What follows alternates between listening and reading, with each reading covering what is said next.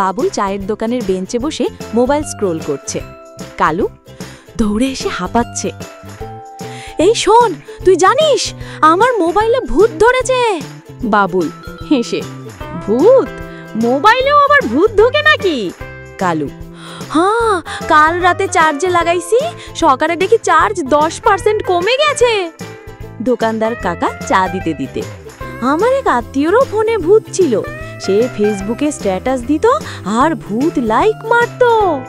বাবুল, তাহলে তো ভালো ভূত, আমার ফোনে ঢুকলে আমি ইউটিউব ভিউ বাড়াতাম। কালু, তুই হাসছিস, কিন্তু আজ রাতে প্রমাণ দেখাবো। কাট্টু রাতের দৃশ্য, কালুর ঘর, ঘুমাচ্ছে, লাইট অফ।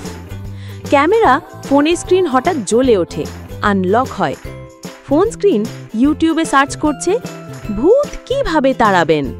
সাউন্ড ভূতের হাসি। সবাই হেসে ওঠে।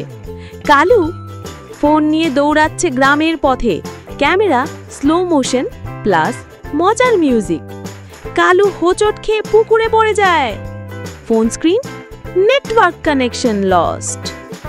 কালু চমকে উঠে বলে, আরে তুই কি সত্যি ভূত?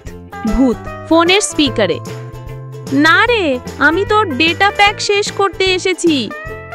কালু বড় বড় চোখে বলে, কি বললি? ভূত, তোর ফ্রি ফেসবুক শেষ, এখন ইউটিউবে 2 মিনিট বাকি।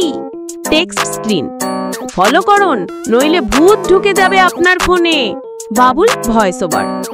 তাই বন্ধুরা মনে রাখবেন, মোবাইলের ভূতের চেয়ে ভয়ঙ্কর হলো সিমে ব্যালেন্স না থাকা।